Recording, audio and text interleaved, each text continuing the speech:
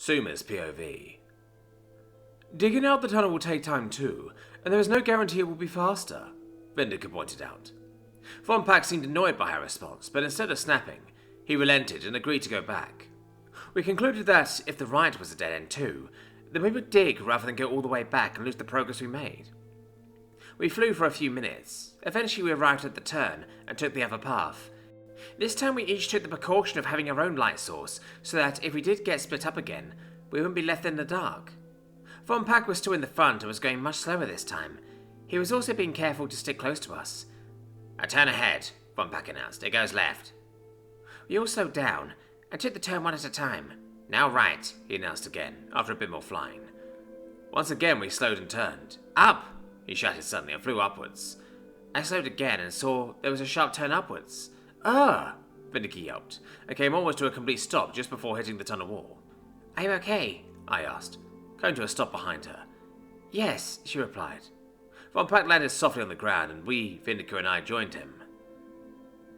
"The tunnel gets too narrow to fly up ahead. It's barely a body length wise in less than 10 seconds of flight," Von Pack explained. POV of Jake. "I can't fit Paxus any longer. We either need to turn back or send our familiars away until we are out of this cave," Von Pack said. "Our ghoster is having trouble too," Vindica agreed. "Jake," Sumra was worried. "Send me back," I told her, or trying not to let my panic show. I was absolutely freaking out. I was crawling along the tunnel floor on my belly. The only reason I was able to go this far was by telling myself over and over again that I could get out just by asking Suma to send me back, which is what I did the exact moment I had the chance. It was dark, so I couldn't see myself disappear, but I did notice once the darkness became fully engulfing and swallowed me up. "Ever closer, never as close as he was now," I heard a distant but familiar voice say. "Come, step into my maw," said another familiar voice. "You already stand upon my head." "No, he's gone now, far away again," the calm one said. While all this was happening, I felt like I was floating in darkness. There was no light, no falling sensation, and I didn't see the source of the voices. No longer within my reach. As soon as he said that, I opened my eyes to see a dimly lit bathroom at the gym, the one I was summoned from earlier. The panic from being stuck in that cave finally caught up with me, and I rushed to an open stall and threw up. I spent several minutes in the bathroom trying to hold back a panic attack. "I'm never doing that again," I panted quietly to myself in the stall. Once the attack passed, my mind began to clear up, and I was able to focus on what happened with the voices. Why do they keep showing up? I wondered. There didn't seem to be any common denominator between the time I had seen them. First when I became Suma's familiar, next was when Suma summoned me a few months ago, and now, the only common factor is Suma, and she didn't know anything about it. I thought about what that thing said. "You already stand upon my head." That's what he said. What does that mean? I pondered it for a few minutes and came up with several disturbing theories, but that's all they were. Theories. Until I had more information, I decided to just go home and wait for Suma to call me back. Hopefully not in that cave again. "Is someone in there?" I heard a voice call from the bathroom door. "The gym is closed. How long have you been in here?" The voice, a man, asked me.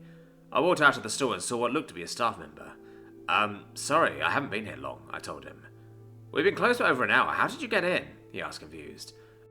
"Oh, I guess I've been in here longer than I thought," I lied.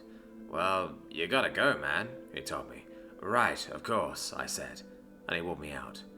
Could have sworn that bathroom was empty, I heard him mumble. POV of Indica. We were going along at a steady albeit slow pace, as Von Pack moved mounds of dirt with each second. Left, right," he chanted, as he used his magic and slid the dirt aside. He would chant, the dirt would move, he would fly forwards, and the cycle would repeat. We were moving forward at an incline so that we could reach the top faster. "I don't suppose anyone has magic that will allow us to know how much farther we have to go," I wondered. "No," Suma said. "Busy," Von Pack replied. "Left?"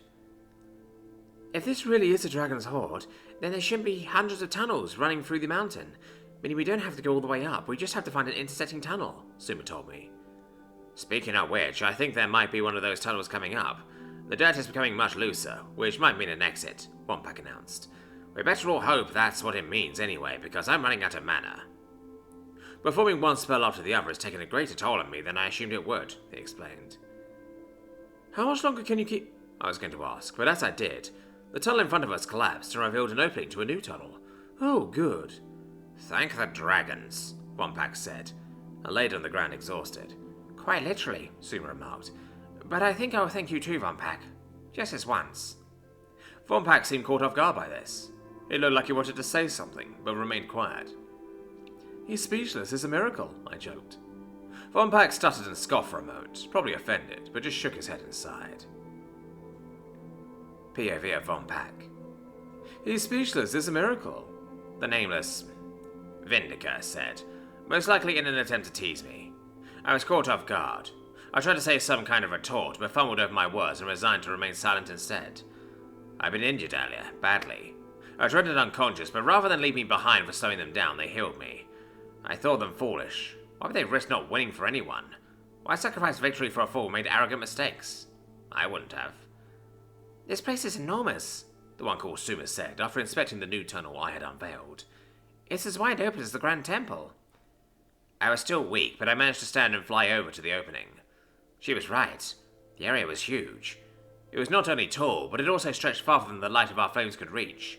The darkness made the area feel endless in every direction. The dark rock that made up the walls also seemed to absorb the light that somehow managed to reach it, creating what appeared to be a void where nothing existed. This place is incredible, Vindicator loudly exclaimed. The room filled with something that shook us to our core. Incredible, incredible, incredible. We were not alone within this cave.